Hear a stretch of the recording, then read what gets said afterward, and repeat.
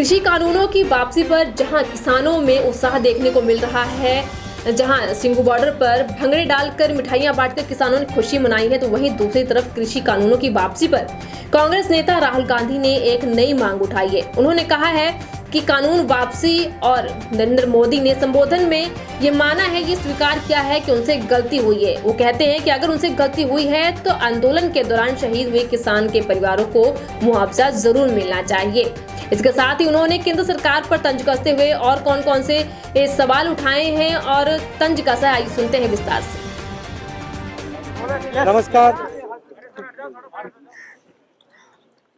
हमने कहा था कि जो 3 काले कानून हैं इनको वापस लेना पड़ेगा। इसलिए कहा था क्योंकि हमें मालूम था कि 3-4 बड़े जो पूंजीपति हैं उनकी शक्ति हिंदुस्तान के किसानों के सामने खड़ी नहीं हो सकती, और वही हुआ। जो 3 काले कानून थे उनको अंत में रद्द करना पड़ा। ये किसानों की, मजदूरों की सफलता है, एक प्रकार से देश की सफलता है। मगर जिस प्रकार से ये कानून रद्द किए गए, बिना कोई डिस्कशन, पार्लियामेंट में इसके बारे में चर्चा नहीं होने दी, यह दिखाता है कि सरकार डिस्कशन से डरती है, और दिखाता है कि सरकार जानती है कि उन्होंने गलत काम किया, और सरकार डरती है। डिस्कशन जो हमारे किसान भाई शहीद हुए उनके बारे में है, वो जो 700 किसान जिन्होंने अपनी जान दी उनके बारे में डिस्कशन होना था। डिस्कशन ये भी होना था कि ये जो किसानों के खिलाफ कानून बनाए गए, इसके पीछे किसकी शक्ति थी, कौन सी शक्ति थी, ये क्यों किए जा रहे थे, क्यों बनाए गए। डिस्कशन एमएसपी पे भी होना था, और जो किसानों की समस्या है उस पे होना था। लखीमपुर खेरी और इनके जो होम मिनिस्टर हैं उन पर डिस्कशन होना था, वो तो सरकार ने होने नहीं दिया। मगर सरकार के दिमाग में थोड़ा सा कंफ्यूजन है। वो सोचती है कि जो गरीब लोग हैं, किसान लोग हैं, मजदूर लोग हैं, उनमें कोई शक्ति नहीं है, उनको दबाया जा सकता है।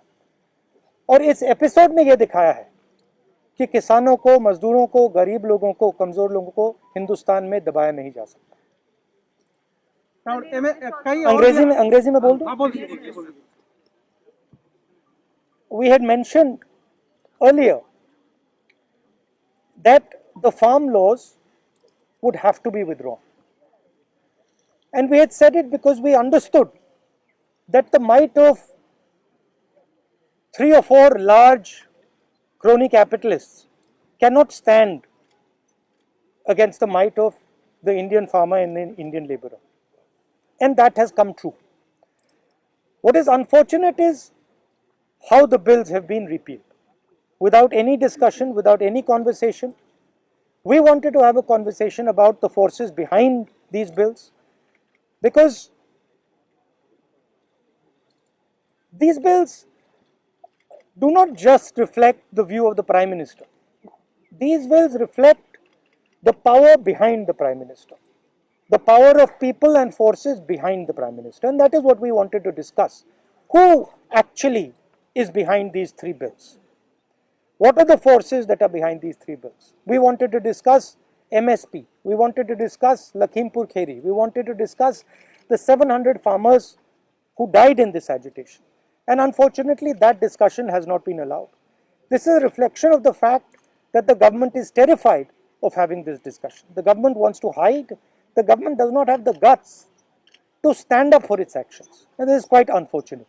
सर आप लोग इस पूरे आंदोलन में 2-3 मांग पहले भी थी आपकी, पहले जैसे कि एमएसपी की गारंटी मिले, दूसरी की जो गृह राज्य मंत्री हैं अजय मिश्रा टेनी उनका इस्तीफा हो, क्या इस कानून को वापस लेने से अब आपकी ये मांग खत्म हो गई है? ये इस पर अभी आपका प्रदर्शन धरना या मांग ये तो देखिए,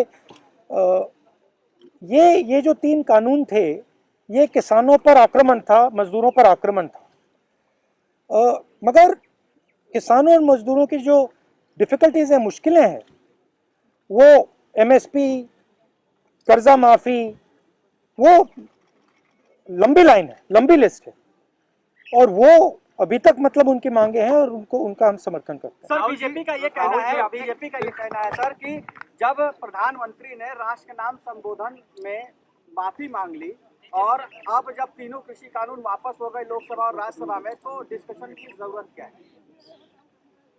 तो फिर सांसद की क्या जरूरत है? उसको बंद कर देते हैं, बंद ही कर दो। फिर प्राइम मिनिस्टर को जो कहना है कह दें, जो कानून बनाने हैं बना दें, तो इसका क्या मतलब है? राहुल जी बंद ही कर लो। राहुल जी 700 आदमी को मौत हुई है, वो 700 आदमी के लिए आप लोग कुछ आगे कुछ कदम चलाएंगे? सेंट्रल गवर्नमेंट से, बीजेपी गवर्नमेंट से चला रहा है, उनके से कोई उनका राहत मिले? नहीं, आपने कहा कि प्रधानमंत्री ने माफी मांगी, इसका मतलब प्रधानमंत्री ने ये एक्सेप्ट किया कि उनकी गलती के कारण से 700 लोग मारे गए, उनकी गलती के कारण से ये जो पूरा आंदोलन हुआ है। तो फिर अगर उन्होंने गलती एक्सेप्ट कर ली है तो फिर कॉम्पनसेशन देना तो पड़ेगा। राहुल जी, आपने पहले कहा था कि तीनों कृषि कानून वापस लेने होंगे, सरकार ने अंतोगत्वा ये बिल वापस ले लिया। अब सवाल यह है, देखिए जिस प्रकार से लिया है इन्होंने, सबसे पहले इसमें किसानों का अपमान किया है।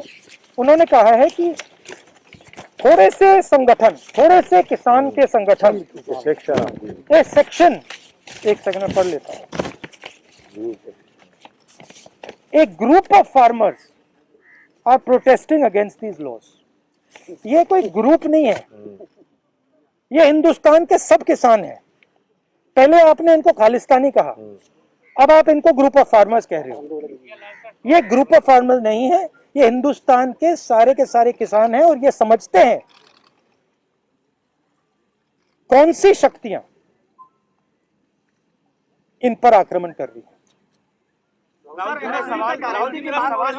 सर आप लोग किसानों के लिए क्या की? क्योंकि किसान संगठन के नेता अभी भी बॉर्डर पर बैठे हुए हैं। राहुल गांधी जी क्या अपील करेंगे उन किसान संगठनों से, क्योंकि संसद में अभी नहीं, मैं किसान संगठनों से क्या अपील करूंगा? उनसे कोई अपील करने की जरूरत नहीं है। मैं ये कह रहा हूं कि जिम्मेदार कौन है? जिम्मेदार किसान संगठन है क्या? उनने क्या गलती की है? उनके 700 लोग शहीद हुए हैं, उनको आपने मतलब 1 साल यहाँ बैठा रखा है, उनको घर नहीं जाने दिया आपने कहा कि गलती मेरी है, तो फिर आप कॉम्पनसेशन दो ना, और जो इनकी मांगे हैं उनको पूरा करो, एमएसपी पूरी उनको दो।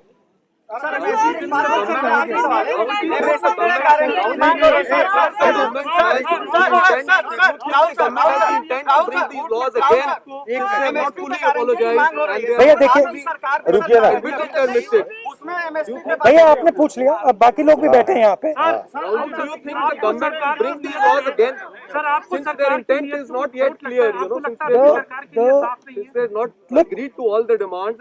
Look, this is not an isolated event. This is the thing to understand. Just now, one of our journalists was asking me the question, why Parliament should exist. Right? He does not even understand the question he is asking. Because this entire instrument is captured by the same forces that are pushing the Farm Bill. It is the same forces that carried out demonetization. It is the same forces that put a float GST. It is the same forces that didn't give any money to the poor people during COVID. So the question is not whether the government is going to try to pass these farm laws again. The question is that the government is captured by a group, by an interest that is against the poor people of this country. They will do whatever can be done to damage the future of the poor people of the country. So is it because UP and Punjab the government was supposed to take a decision? Sorry? And where was the government decision on repeal taken because of UP and Punjab polls? And what do you plan to do about the MSP? You'll be The decision was taken by the government because the government could not face the power, the strength of the Indian people represented in this case by the farmers and the laborers. Of course, the idea that UP elections are near, that must have played something in their mind. Last question. So do you still doubt the intention of the government? Because government is saying that they are fully in support of the farmers, that's why they are repealing the laws. Do you still doubt the intention So of the government? if they were fully in support of the farmers, what were they doing for the last 1 year? Why did it take 700 dead Kisans for them to repeal these laws? Why is the Prime Minister apologizing for what? If they have done nothing against the farmers, why is he apologizing? And on whose behalf is he apologizing? So the intention is bad. And as I mentioned just now, it is not, I mean, the Prime Minister is an instrument of these forces. The Prime Minister is the tool of these forces. These forces sit behind the Prime Minister. These forces capture the media and they pass laws like the farm laws. They do demonetization and they are inimical to the future of this country. Thank you very much.